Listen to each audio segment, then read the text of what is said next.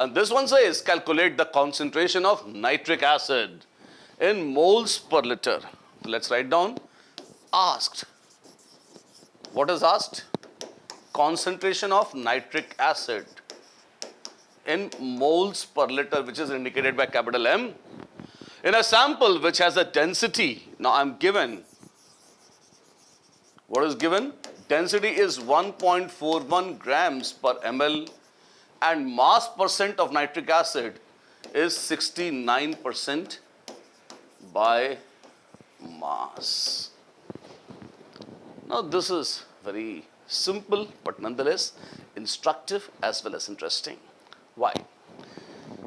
This question actually pertains to conversion within concentration units. I am given 1 unit, grams per ml, that is density, as well as percentage by mass, and I am supposed to find molarity. My dears, there are so many ways to do this actually, and people mug up various formulae regarding the same, which is actually very atrocious. Instead, I'll tell you a very beautiful method, a standard method by which you can solve not just this, but any concentration exchange problem. If you're given molarity, you have to find molality. If you're given molality, you have to find molarity, vice versa, whatever. All these concentration unit interchanges you would be able to do without actually having to mug up any formula, except of course for definitions, no doubt. And what's that? Stay with me. See, the way you can do this is, first of all, let us make a very simple chart. And what is the chart? We will make, in fact, a table. Let me clean the space for you so that at least you can get much of it.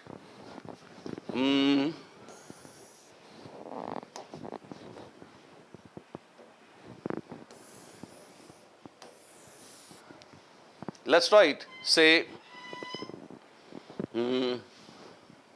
mass,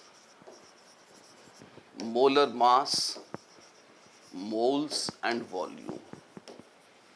These 4 ideas, okay?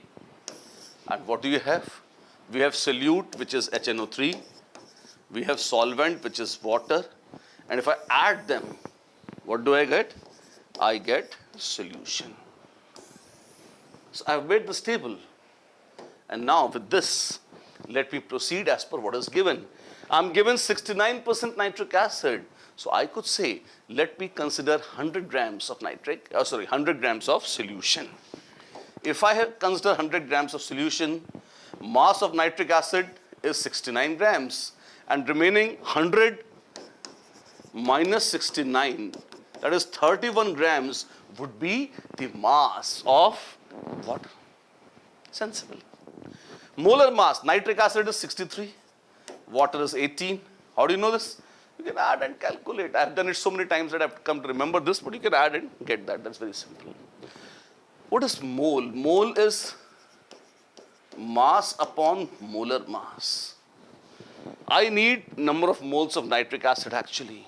So 69 by 63. Now whatever this number comes out to be, they seem to be divisible by 3, but that's not that big a deal. This is 23 by 21. So many moles of nitric acid. And what actually do I need? I'm asked molarity, moles per liter. Moles per liter means moles of solute. Now I have moles of solute. And then I need to divide this by volume of solution. Now how do I get volume of solution? Please note, this is not volume of solute or volume of solvent. This is volume of solution. Solution means a mixture. So I need the volume. Now, how do I get the volume? Do I remember any formula for volume? And then suddenly I remember density is equal to mass by volume. So volume is how much? Volume is mass by density. Okay, this rho is density? Yes, this rho is density. So, an individual mass of solute and solvent is a nonsense idea. What actually I would need to find is mass of solution. Can I do that? Of course, yes, I can. So, I would say, sorry, not mass. I'm intending to find out density, right? Oh, sorry, volume. So, volume is mass, and this is not mass of solute or solvent. Density is the density of solution. So volume also, I will get volume of solution, and mass has to be mass of solution. Mass of solution is 100 grams. So I will just write down 100 grams divided by, what is density? Density is 1.41. 1.41 grams per ml. So volume is 100 upon 1.41 ml. Oh my God, should I convert that to liter? Yes. 100 upon 1.41 ml is equal to 100 upon 1.41 into 10 raised to minus 3 liters, which is actually 1 upon 14.1 liters. 2 decimals gone here, 1 goes down. So this is what you could see. I have moles, I have volume. So what is molarity by definition? Now I am free to write. What is molarity? Now we are proceeding towards the last step, and that would be the step of answer. Well, let's say that molarity is moles of solute. How many moles? 23 upon 21 moles. Oh my God. Divided by volume of solution in liters. And how much is that? That is 1 upon 14.1 liters. How much is that? That is 14.1 into 23 upon 21. Sorry. This is what you get. Moles per liter. Now please remember, till now I have not harassed you with any calculations. Please note, NCERT has questions copied from American or US textbooks, usually directly without any thinking. They have missed out on one very basic fact, that in foreign universities, calculators are allowed in exam. And in Indian context, calculators are not allowed. So the students are supposed to do calculations by hand. In their effort and in their bid for copy pasting, they have forgotten this very, very basic fact. So they give you very, very ugly calculations. Actually, this can be a blessing in disguise if you take up this challenge. Please note, first of all, I am not condoning what NCERT has done. They have been lazy, they have been foolish in blind copy paste. They did not intend to give you a better practice, they just did not want to do anything themselves. But if you actually take this as an excuse to practice good calculations on your own, you could find this very, very helpful in general your practice. Say for example, if I accurately want to calculate this, for number one, for those of you who are just interested in the answer, I'll first give you the answer.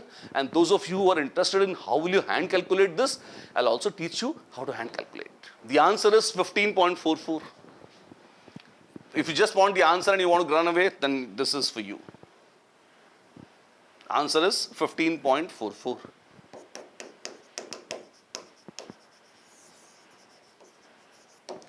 If you just want a ready-made answer, you have it at the end.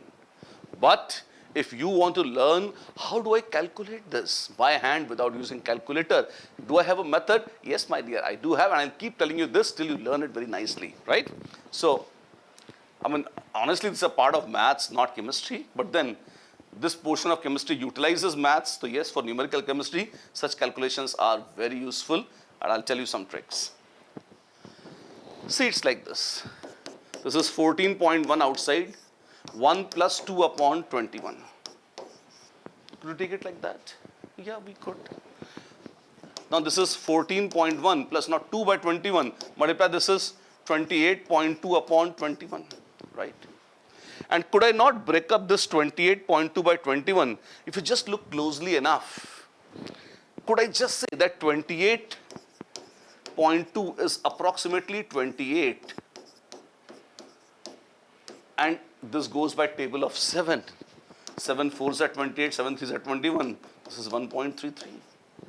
Oh my God, yes. Yes. So what do I get? So I get this as 14.1 plus 1.33, I get 15.43.